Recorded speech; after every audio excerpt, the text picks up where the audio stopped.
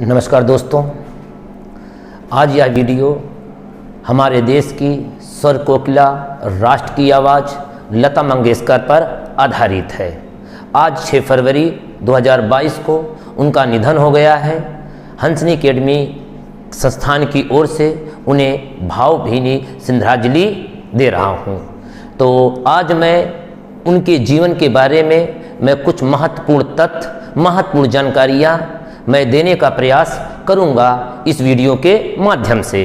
तो चलिए बिना देरी किए आज का वीडियो जो लता मंगेशकर जी पर आधारित है।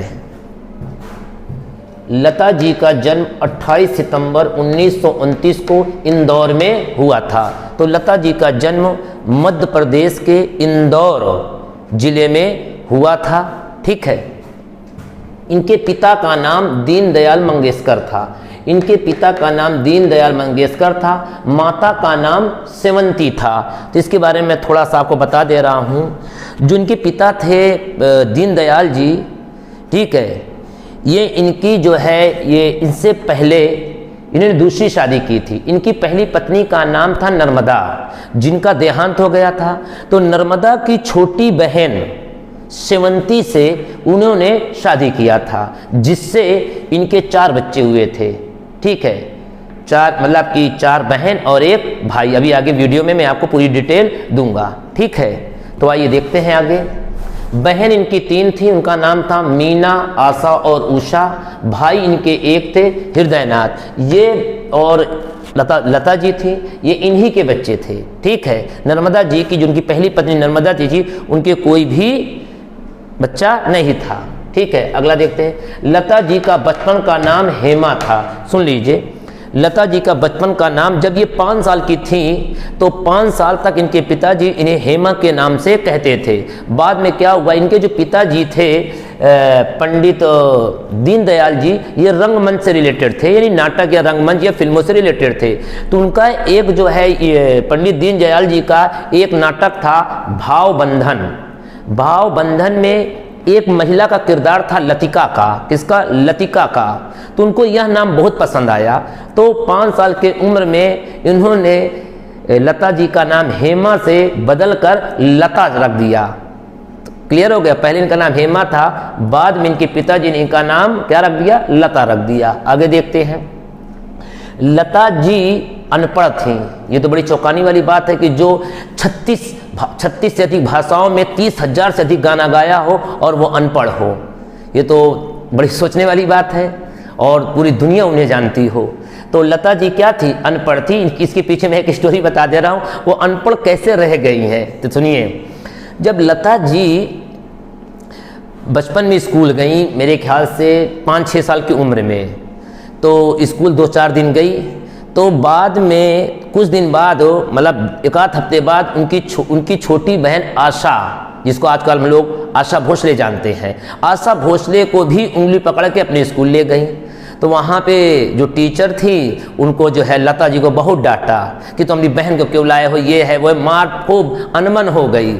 तो लता जी ने उस दिन से कहा कि मैं आज से स्कूल नहीं जाऊँगी, चाहे मैं अनपढ़ ही क्यों नहीं रह जाऊँ। ठीक है, तब से स्कूल वो आज तक नहीं गई। आगे देखते हैं। लता जी की पहली फिल्म मराठी भाषा में थी, उसका नाम था मंगला गौर, या 1942 में बनी थी। छोटा सा एक रोल मिला था, कोई मेन रोल नहीं था। तो मंगला गौर उनकी पहली फिल्म मराठी भाषा में थी और 1942 में। लता जी का पहला गाना किती हसाल मराठी भाषा में था। मतलब कितनी हसाल मतलब कितना हंसोगे, ये भी 1942 में गाया था। इस गाने के लिए लता मंगेशकर जी को 25 रुपए मिले थे। अभी हिंदी का पहला गाना नहीं आया है, इन्होंने पहला गाना मराठी में गाया था। अगर ये पूछे कि लता जी का हिंदी का पहला गाना कौन था, तो आइए देखते हैं।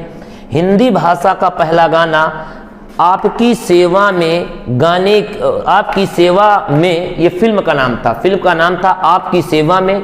इसमें एक गाना था, उस गाने की बोल थी पांग लांगू कर जोरी, पा लांगू कर जोरी। 1946 में हिंदी भाषा का पहला गाना किस फिल्म में? आपकी सेवा में। वो गाना क्या था?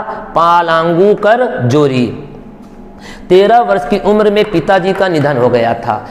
लता मंगेशकर जी अपने भाई बहनों में सबसे बड़ी थी। इनके पिताजी का जब स्वर्गवास हो गया तो ये इंदौर से मुंबई शिफ्ट हो गई। ये चाहती थी कि मैं अपना कैरियर फिल्म अभिनेता या नाटक के रूप में ना बिताऊं, बल्कि मैं अपना कैरियर एक गाने के रूप में, एक गायिका के रूप में अपने जीवन को आगे बढ़ाऊं। तो उन्होंने 1945 में मुंबई जब ये शिफ्ट हो गए तो उन्होंने गाने के लिए जो है एक स्कूल ज्वाइन किया। एक अपने गुरु थे उस्ताद खान, उनके यहाँ जाके वो सीखा करती थी। ठीक है। ऐ मेरे वतन के लोगों, यह गीत से हर इंसान परिचित है, हर देश का नागरिक परिचित है। गीत को 26 जनवरी 1963 में गाया था और इस गाने को लिखा था कवि प्रदीप ने। ऐ मेरे वतन के लोगों जब लता मंगेशकर गा रही थी 26 जनवरी 1963 में, तो उस समय पंडित जवाहरलाल नेहरू के आंखों में आंसू आ गए थे। उस समय वो प्रधानमंत्री थे। इस गीत को लिखा किसने है? कवि प्रदीप ने लिखा है। लता जी के घर को प्रभु कुंज के नाम से जाना जाता है। लता जी के घर को किस नाम से? प्रभु कुंज के नाम से जाना जाता है। इनको पद्म विभूषण 1969 में दिया गया है। पद्म विभूषण कब दिया गया है? 1969 में दिया गया है। In search of Lata Mangeshkar पुस्तक है ये। In search of Lata Mangeshkar पुस्तक के लेखक कौन है? हरीश भीमानी। हरीश भीमानी, मैं फिर से बता दे रहा हूं, in search of Lata Mangeshkar यह किताब है। इस किताब के लेखक कौन है? हरीश भीमानी। आगे बढ़ते हैं। दादा साहब फाल्के पुरस्कार कब मिला इन्हें? 1989 में। पद्म विभूषण, ठीक है, ये पद्म भूषण है, सॉरी ये पद्म भूषण है, मैं लिख दे रहा हूं फिर से, ये पद्म भूषण है। ठीक है, पद्म भूषण 1969 में, और ये है पद्म विभूषण, ये 99 में दिया गया है। आगे देखते हैं। भारत रत्न कब दिया गया? 2001 में। भारत का सर्वोच्च नागरिक पुरस्कार भारत रत्न है, जो इन्हें 2001 में दिया गया था। पार्श्व गायिका के लिए पहला राष्ट्रीय फिल्म पुरस्कार इन्हें 1972 में दिया गया था। सुन लीजिए, इन्हें पहला राष्ट्रीय फिल्म पुरस्कार गायक का, ठीक, गायिका, कौन सी गायिका? पार्श्व गायिका के लिए 1972 में दिया गया था। और वो फिल्म थी परी, लिखा परी के गीतों के लिए। फिल्म का नाम था परी। परी में जो गाना गाया गया था उस फिल्म के लिए इन्हें पहला पार्श्व गायिका का राष्ट्रीय फिल्म पुरस्कार दिया गया है। फिल्म फेयर अवार्ड 7 बार इन्हें मिल चुका है। फिल्म फेयर अवार्ड 7 बार मिल चुका है। इन्होंने तो कई बार जो है पुरस्कार लेने से मना कर दिया था। कहा यह कि मैं इतने पुरस्कार पा चुकी हूँ, मेरे स्थान पर नए लोगों को भी जो है पुरस्कार दिया जाए ताकि उनका भी मनोबल आगे बढ़े। स्वर कोकिला, राष्ट्र की आवाज, स्वर सम्राज्ञी इनका निकनेम है, उपनाम से भी जानी जाती है। एग्जाम में आएगा। स्वर कोकिला किसे कहते हैं? लता मंगेशकर को। सुर सम्राज्ञी किसे कहते हैं? लता मंगेशकर को। राष्ट्र की आवाज लता मंगेशकर को। 36 से अधिक भाषाओं में लगभग 30,000 गाना इन्होंने गाया है।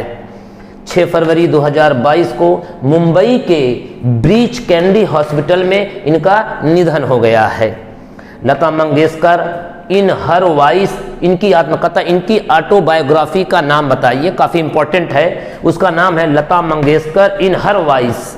इनकी ऑटोबायोग्राफी है। इनकी ऑटोबायोग्राफी, आत्मकथा को लिखा किसने है?